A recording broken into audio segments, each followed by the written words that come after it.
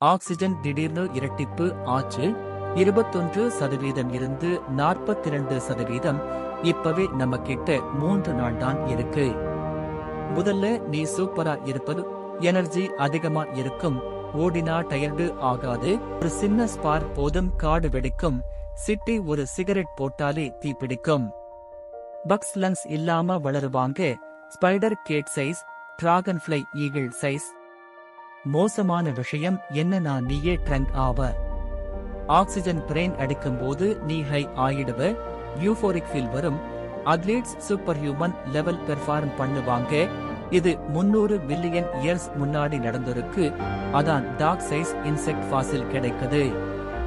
லாஸ்ட்ல மனுஷன் 3 நாள் சூப்பர் ஹியூமன், அப்புறம் லங்ஸ் பர்ன் ஆகும், ஆக்சிஜன் பாய்ச்சன் ஆகும், செல்ஸ் ஆக்சிடைஸ் ஆகும், எர்த்தே பிரீத் பண்ண முடியாம ஆயிடும்.